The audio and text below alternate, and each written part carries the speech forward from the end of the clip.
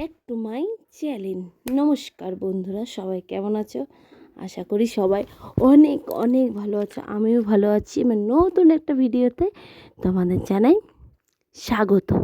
সকাল সকালই রান্না বসিয়ে দিয়েছি, কড়াই বসিয়ে দিয়েছি, তেল গরম হয়ে গেছে, ফোড়ন দিয়ে দিয়েছি। ওদিকে কচুর শাক সেদ্ধ হচ্ছে।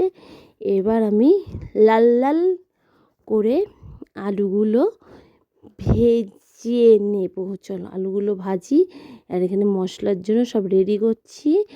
মোচা হবে, মোচাটাও সেদ্ধ করা কমপ্লিট। এবার টমেটোটা দিয়ে দিলাম। টমেটোটা দিয়ে ভালো করে সুন্দর করে নাড়াবো। টমেটোটা গলে যাবে, তারপরে দিয়ে দেবো মশলা। এদিকে মশলাটা আমি করে নিয়ে এসেছি। আর এদিকে দেখি কচু শাকটা আরেকটু সেদ্ধ হবে, আরেকটু সেদ্ধ হোক, ততক্ষণে আমি এদিকে মোচাটা বসিয়ে নিই। বুঝেছো? মোচাটার মশলাটা কষাচ্ছি, না আলুটা ভাজলাম, টমেটোটা দিলাম।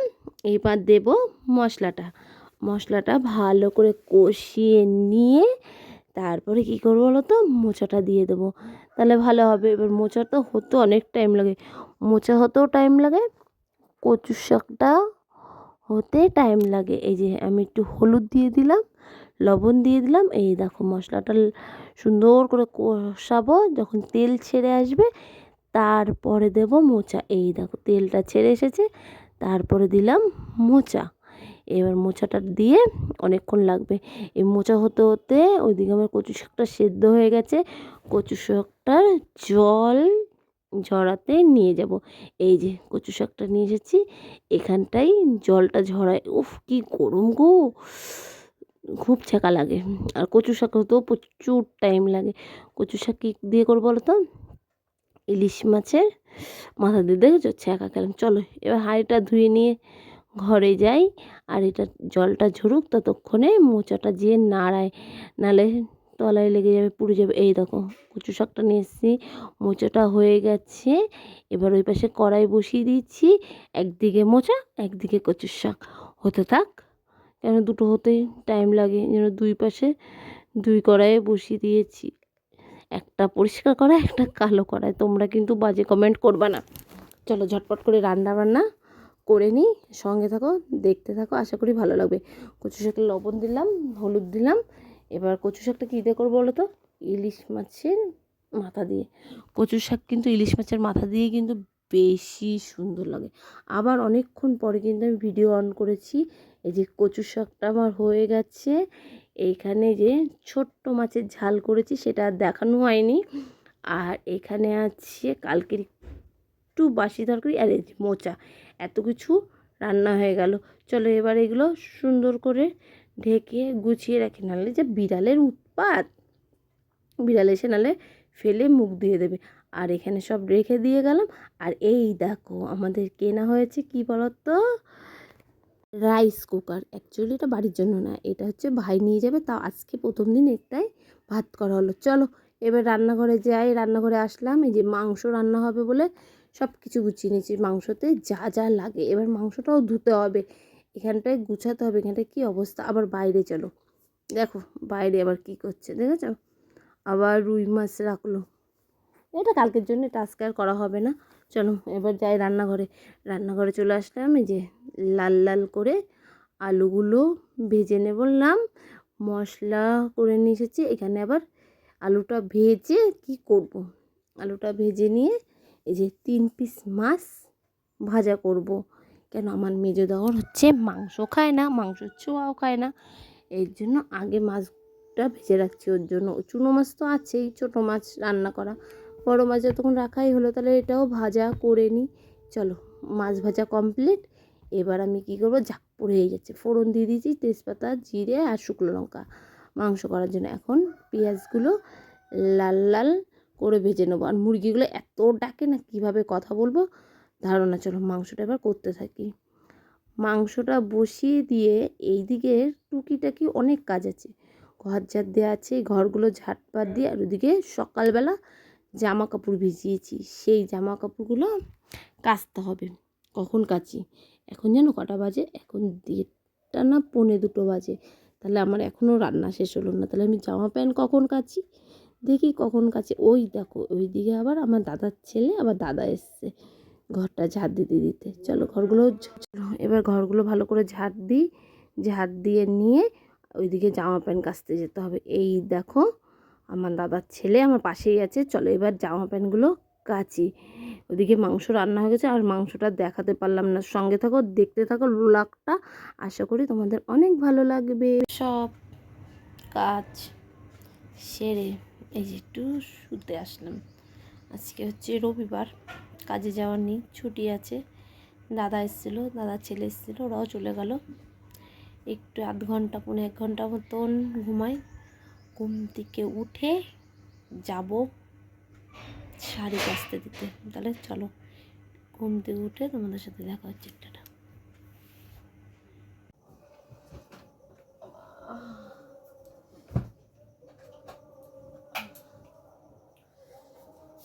কোথায় মিটিং চলছে, চা করবো।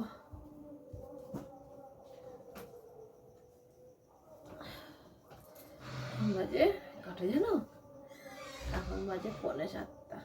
মেয়ে অনেকক্ষণ আগে ফোন দেখছিলাম শুয়ে শুয়ে, সন্ধ্যা দিইনি, বাবা সন্ধ্যে দিয়ে দিয়েছে। এখন উঠলাম, এই বিছানাটা একটু গুছাই, গুছিয়ে নিয়ে চা করি, চা খাই। ভাবছিলাম একটু বেরোনোর ছিল, আর গেলাম না, বাড়িতে থাকলে না কোথাও যেতে ইচ্ছা করে না। এ শোনো শোনো, এই দেখ তোর বোর্ড, চলো চটপট করে বিছানাটা ঝেড়ে ফেলি।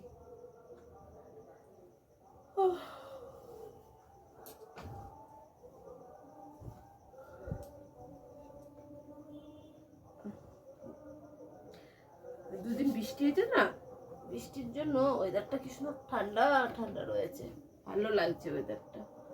পাখা চালালে খুব শীত করছে, আবার পাখা বন্ধ করে দিলে একটু গরম লাগছে, কি সমস্যা। এর জন্যই তো বলো দেখি ঠান্ডা গরমটা লেগে যায়। চলো বিছানার চাদরটা একটু টানটা, বোতলে নেই জল, ভরতে হবে জল, বুঝেছ? এতগুলো বোতল এখন ভরতে হবে। আর এদিকে বসিয়ে দিচ্ছি চায়ের জল। চলো বাবা, এক হাত দিয়ে পারা যায় বাবা, বাবা কি পায়ের তলা ব্যথা হয়েছে, ব্যাং। এদিকে রচা করলাম, রচা করে দিয়ে শ্বশুরকে শাশুড়িকে বরকে রচা দিয়ে আসলাম জামার জন্য। দুধ চা, স্পেশাল চা, চাটা আমার চা একটু হবে, গাঢ় গাঢ় হয় চাটা, চিনি কম, লিকার বেশি, দারুণ লাগে খেতে। আমাদের সবাই বলে কি দুধ চা খেলে গ্যাস অম্বল হয়, এই জন্য কেউ খায় না, আমি খাইনি। ছেলেকে কেক দিলাম, লাড্ডু দিলাম, সন্ধ্যাবেলা পড়তে গেছিলো, পড়ে আসলো, আর ও আঁকা দিয়ে বসেছে। বোতল কটা এখনো ভরতে পারিনি। চলো চাটা নামাই, চাটা বসে জম্পেস করে খেয়ে নিই, তারপর অন্য কাজে হাত দেবো, বুঝেছ? চাটা হয়ে গেছে, এই গ্যাস বন্ধ করি, গ্যাস বাঁচাতে হবে। এখন গ্যাস পাওয়া যাচ্ছে না, গ্যাস পাওয়া যাচ্ছে না বলেই হচ্ছে রাইস কুকার কেনা হলো। চলো এবার চাটা বসে খেয়ে অন্য কাজে হাত দিই। বোতল কটাকে ভরবো, চাটা ঠান্ডা হতে হতে বোতল কটা ভরা হয়ে যাবে। গরম চা তো খেতে পারি না, খুব পুরো ধোয়া উঠছে চা দিয়ে। চলো নিয়ে যাই ঘরে এবার, ছাড়ি।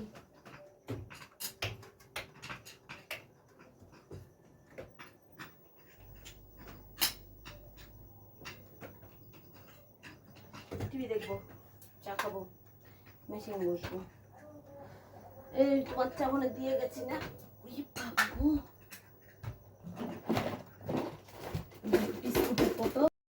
অনেকটা লং সময় পার করে ক্যামেরাটা অন করলাম, বুঝেছো? হচ্ছে চা খেলাম, চা খাওয়ার পরে টিভিটা ছাড়লাম, তারপরে হচ্ছে একটা রিলস করলাম, তারপরে হচ্ছে কি করলাম, তারপরে মেশিনে বসলাম, মেশিনে কাজ করলাম, তারপরে হচ্ছে মেশিনে মাল কাটলো, এই মালগুলো গুছালাম, গুছানোর পরে ছেলেকে ভাত দিলাম, ছেলে ভাত খেলো, ওর বলে তাড়াতাড়ি খিদা পেয়ে গেছে, ওকে ভাত দিলাম। কেন ওই যে কি না রাইস কুকারে ভাত করা হয়েছে, সেই ভাতগুলো দিকেই গরম আছে, কয় কি তাহলে ওকে ওই ভাতই দাও।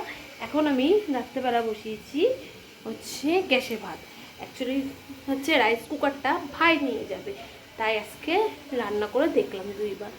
তাহলে চলো এখন এই ভাতটা উপর দেবো, তারপরে আমার একটু কাজ আছে মেশিনে, সেই কাজটা কমপ্লিট করব, তারপরে সবাইকে দেবো খেতে, তারপরে খেতে দেওয়ার পরে বাসন কুসন মাজা আছে, ঠাকুর ঘর, এই যে ফুল টুলগুলো সব নাইটিটা ছেড়ে হাত পা ধুয়ে ঠাকুরের ফুল টুলগুলো এগুলো সব গুছানোর আছে, এগুলো গুছাতে হবে। এই কদিন ঠাকুর বাসন মাজা এগুলো গুছানো এই কাজই করা হচ্ছে। পুজোটা দেওয়া হচ্ছে না, কেন ভাই এসছে বাড়িতে, ভাই পুজো দিচ্ছে। চলো ভাত উপর দিই। ভাতটা হয়ে গেছে, ভাতটা এখন আমি উপর দিয়ে দেবো। গ্যাস বন্ধ করে যদি বড় হাঁড়ির ভাত হয় লাগে, এতগুলো লোক তো সবাই ভাতই খায়। রুটি খাওয়া খুব ভালো শরীরের পক্ষে, রুটি করা আটা মাখা বসতে বেলা খুব কষ্ট করে। আবার কেউ তো রুটি খাবে, কেউ ভাত খাবে, তাহলে ভাতই খা সবাই। জয় মাতারা।